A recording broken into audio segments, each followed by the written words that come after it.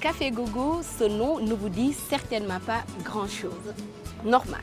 Mais lorsqu'on est aussi téméraire et entreprenant qu'Abou-Choubou, Café Gogo pourrait bien couler à gogo. Un de ces quatre. Ancien professeur d'histoire et de géographie, Abou a dû tout abandonner, tout plaquer à un moment donné pour s'efforcer dans le commerce. Vendeur de thé, vendeur de moutons, vendeur d'ustensiles avant de se lancer dans le transport et aujourd'hui dans la production de café. Entre mésaventures et déconvenues, l'espoir de Abou ne s'est pas du tout dilué dans ce café.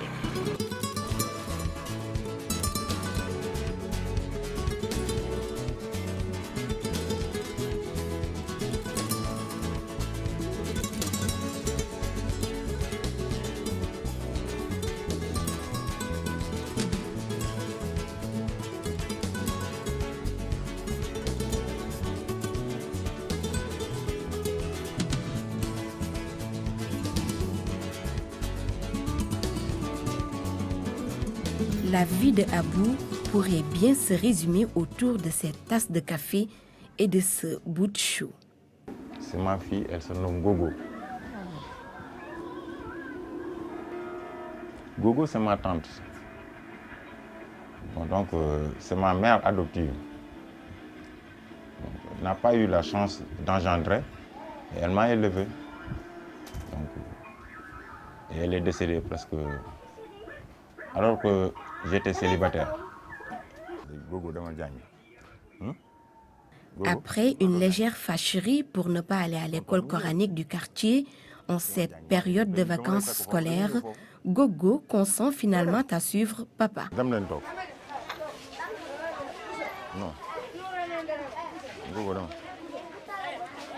Du haut de ces 2 mètres, notre sujet rejoint son lieu de travail. Des salam alek à chaque coin de la rue 23 à la Médina. Ça va bien. Alhamdoulilah. Salam alaikum. Sec, ça va, ouais. Salam alaikum. Ici se cache son officine. Le local lui revient à 30 000 francs CFA le mois. Je suis en train de peser le café avant torréfaction. Parce qu'après torréfaction, le café perd son poids. La capacité maximum de la machine, c'est 30 kg par torréfaction. Maximum. Le processus de torréfaction est au début d'allumer la machine jusqu'à ce que la température atteigne plus de 150 degrés. C'est en ce moment qu'il faut libérer le café. La température ambiante avoisine 40 degrés. Le métier de torréfacteur, Abou l'a appris sur le tas.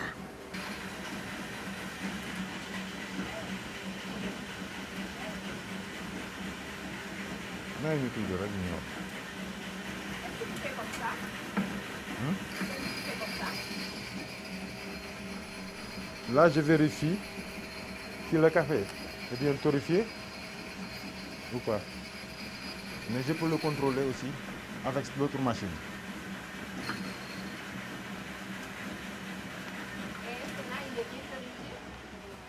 Non, ça reste un peu. Je doute, donc je dois passer ça par la machine pour voir.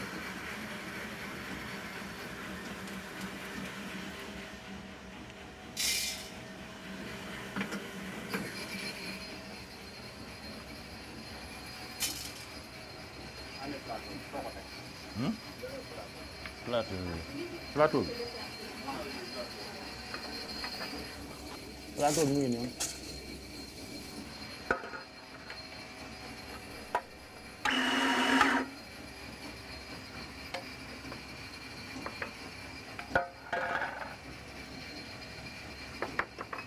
Ça reste un peu. Là, vous voyez que ce n'est pas identique. Ce café est beaucoup plus foncé que l'autre. La cuisson se poursuit. En fonction du poids, elle peut durer 2, 3 jusqu'à 4 tours d'horloge. La machine vient d'Italie. Bon, le coût de la machine avec celle-ci avoisine les 10 000 euros. Bon, on l'a amené ici pour créer non seulement des emplois, mais aussi pour pouvoir fournir du bon café.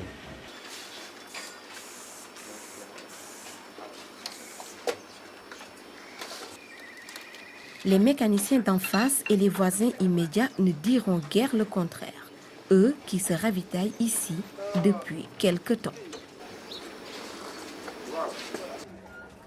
La chaleur est intenable. Abou n'en peut plus. Il court se réfugier sous le feuillage des arbres, mais le supplice est loin d'être terminé. Maintenant, je vais libérer le café.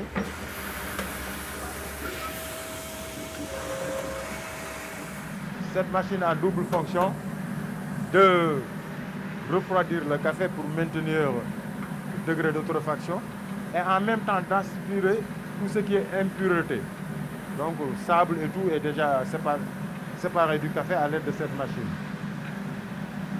Les conditions d'hygiène sont respectées. La graine de café à 1 degré, je pense que est stérilisée, il n'y a plus de microbes.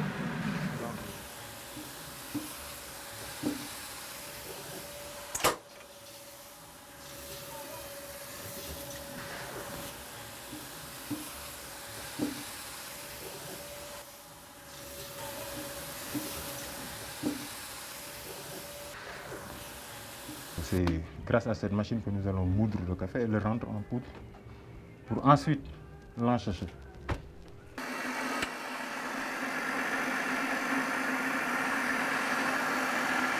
Tandis que le moulin broie les grains de café déjà torréfiés, Abou ne perd pas de temps.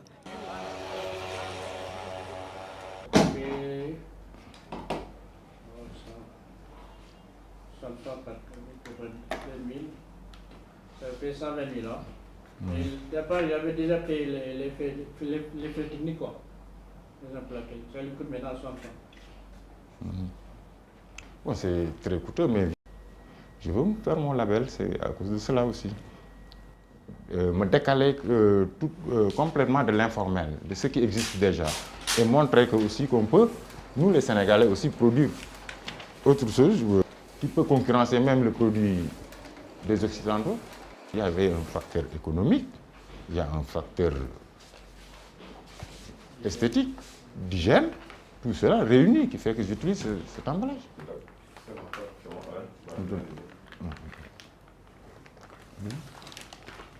Okay. Bon, merci grand. Ok, ciao. Wow, je mets des gants parce que le produit, mes mains ont touché un produit qui n'était pas fini, les matières premières, maintenant que le produit est fini. Donc je protège mon café.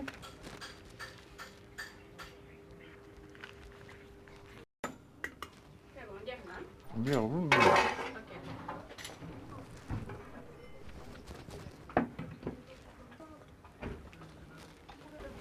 J'ai une autorisation pour produire ce café par le biais du ministère du Commerce intérieur.